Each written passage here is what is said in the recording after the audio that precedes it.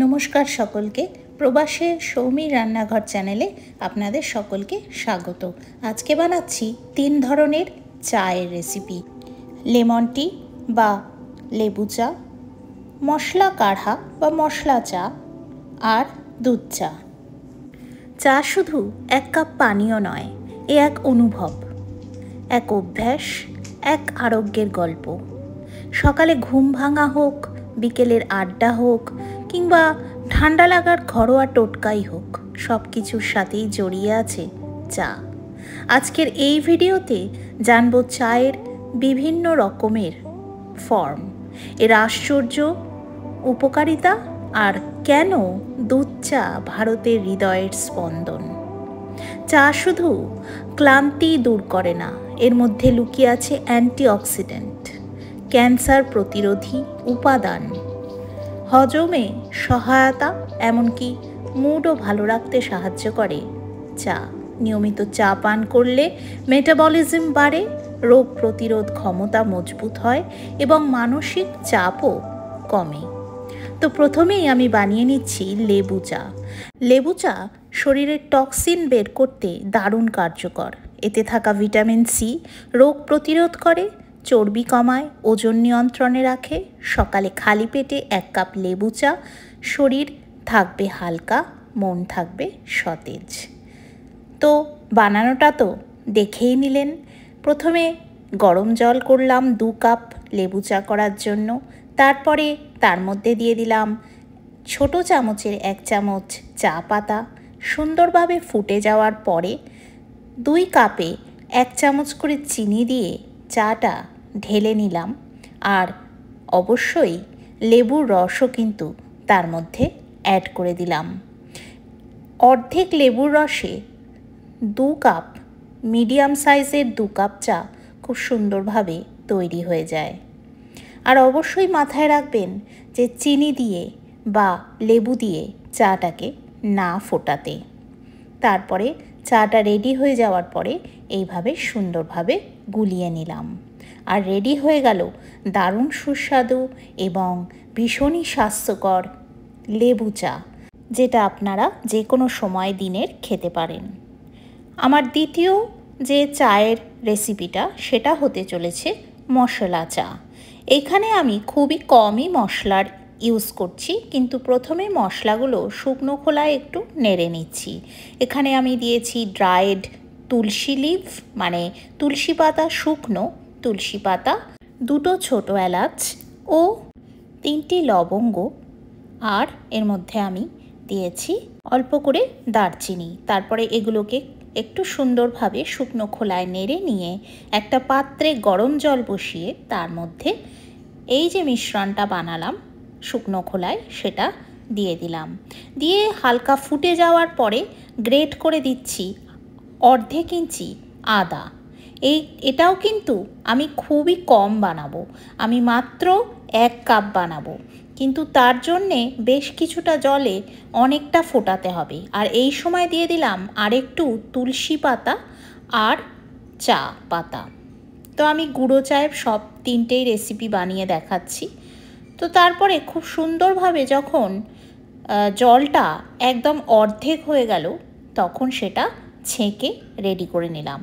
এর মধ্যে আপনারা কিন্তু মধু অ্যাড করেও খেতে পারেন বা এমনিও এটার সেবন করতে পারেন। আদা, তুলসী, দারচিনি, লবঙ্গ এই উপাদানে তৈরি মশলা কাঢ়া বা মশলা চা হলো একেবারে প্রাকৃতিক ওষুধ। সর্দি, কাশি, গলা ব্যথা, হজমের সমস্যা, এমনকি শরীরের ব্যথাও কমাতে পারে এই কাঢ়া বা মশলা চা। বর্ষায় কিংবা শীতে 1 কাপ মশলা চা মানেই কিন্তু দারুণ আরাম।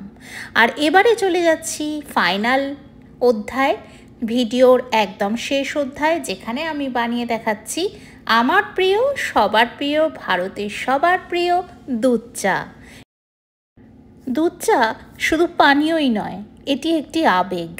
রাস্তার ধারের দোকান থেকে শুরু করে বাড়ির বারান্দা, 1 কাপ চা হোক মানেই গল্প, বন্ধুত্ব আর একটু বিশ্রাম।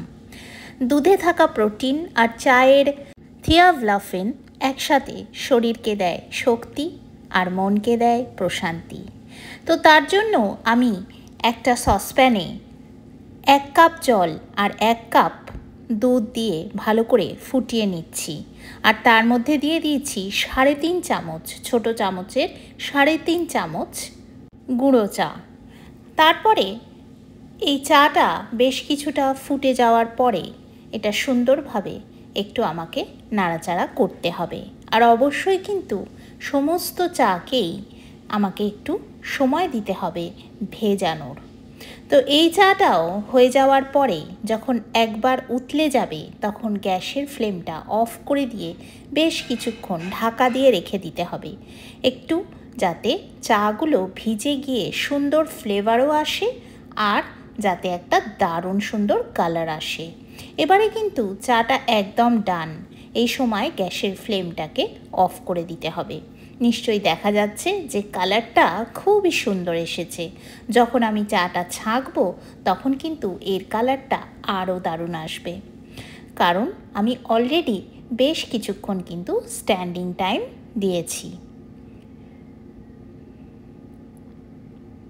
এবারে আমি কাপের মধ্যে, এইটাও আমি কিন্তু 2 কাপ করছি, তো 2 কাপের জন্য 1 কাপ জল আর 1 কাপ দুধের বানালাম, যেরকম আগে বলেছি। তো একটা কাপে আমি দিয়ে দিচ্ছি নর্মাল চিনি 2 চামচ, আর আরেকটা কাপে আমি দিচ্ছি 2 চামচ কোকোনাট সুগার। এটাও কিন্তু একটা খুব সুন্দর চিনির অল্টারনেটিভ, কোকোনাট পাম সুগার। এটাতে চিনির পরিমাণ রিফাইন্ড সুগারের থেকে অনেকটাই কম আর শরীরে যথেষ্ট এটা উপকারী। এবারে দুধ চাটা আমি ছেঁকে নিচ্ছি। আমি সবসময় এইভাবেই চা বানিয়ে থাকি। তো এবারে যখন ঢালছি তখন আশা করি কালারটা খুব সুন্দর বোঝা যাচ্ছে যে কি সুন্দর এসেছে। এই রকম দুধ চা তবে খালি পেটে অবশ্যই না খেলে ভালো হয়, ভরা পেটে সবসময় চা খেলে, মানে দুধ চা ভরা পেটে খেলে সেটা অনেক বেশি ভালো হয় শরীরের জন্যে। আপনার প্রিয় চা কোনটি? লেবু চা, মশলা কাঢ়া বা মশলা চা নাকি দুধ চা? কমেন্টে জানাতে একদম ভুলবেন না। আর এই ভিডিওটি যদি ভালো লাগে তাহলে একটা লাইকের চুমুক দিন, বন্ধুদের সাথে শেয়ার করুন আর সাবস্ক্রাইব করতে ভুলবেন না এমন আরও চা চর্চার জন্য। চায়ে চুমুক দিয়ে ভালো থাকুন, সুস্থ থাকুন, সঙ্গে রাখুন আমার চ্যানেল প্রবাসে সৌমির রান্নাঘর।